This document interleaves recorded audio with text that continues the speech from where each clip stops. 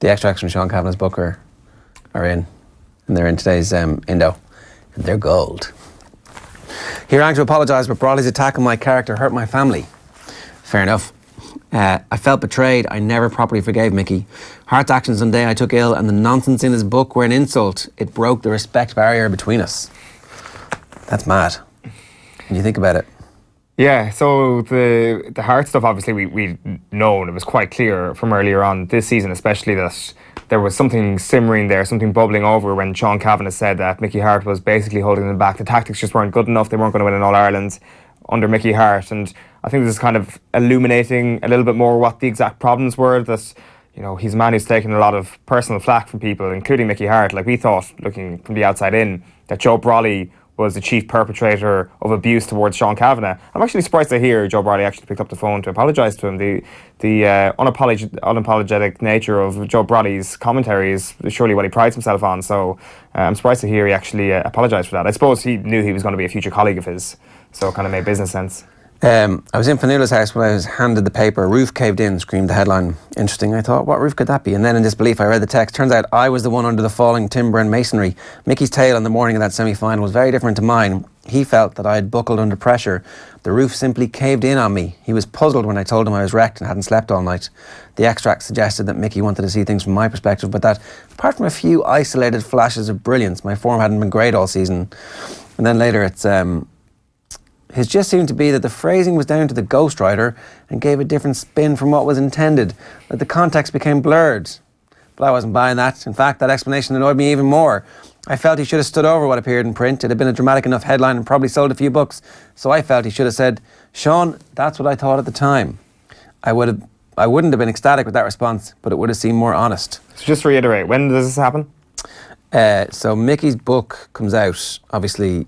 I don't know what year Mickey's book comes out, but this is about the semi-final. So there's a game when he doesn't start. 2009, is that right?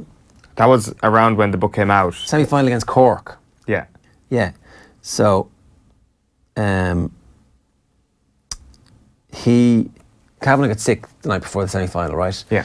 And doesn't sleep, has hot sweats and everything, goes to Mickey and says, look, I'm a bit sick here. And Mickey puts it down to like a psychological thing as opposed to just illness. Like, the thing is, this happened such a long period of time ago that you'd wonder how they managed to maintain a decent working relationship for whatever the preceding 7 or 8 years towards the end of Sean Cavanagh's inter-county career. Like, I don't think they go into too much detail about what happens after that. It's probably in the book in full. But from that extract, you just don't know whether or not they managed to brush that under the carpet, if they managed to resolve that all, because it does seem... Like, when he mentions the Brawley stuff there, in fairness, Brawley picked up the phone to him. Those kind of attacks on Cavanagh's character, particularly kind of that question of honesty, the integrity of Cavanagh, perhaps faking illness before an All-Ireland semi-final. And that's one hell of an accusation to make of one of your star players. Not faking illness, no. The psychological... Well, he couldn't handle it. But it's essentially Cavanagh coming out saying that I was sick, I wasn't sleeping, I was kind of under the weather. To a certain extent, Harte's not buying that, is he? Well, he is. He's saying that you can't play then. But it's a psychological thing rather than a physical thing. Yeah. So that was the book. That's it's heavy stuff. Like, it's going to be an interesting read. I didn't think he'd kind of go 2 feet in on him just like that. It's going to be like you're finding new nuggets as you read paragraph by paragraph. Important bit here. Mickey wrote of how there was a lot going on in my life, from an impending marriage to my role as secretary of the GPA and too many media and commercial commitments. A lot going on, all right. That's it's almost as if there was an ulterior motive there. Who knows?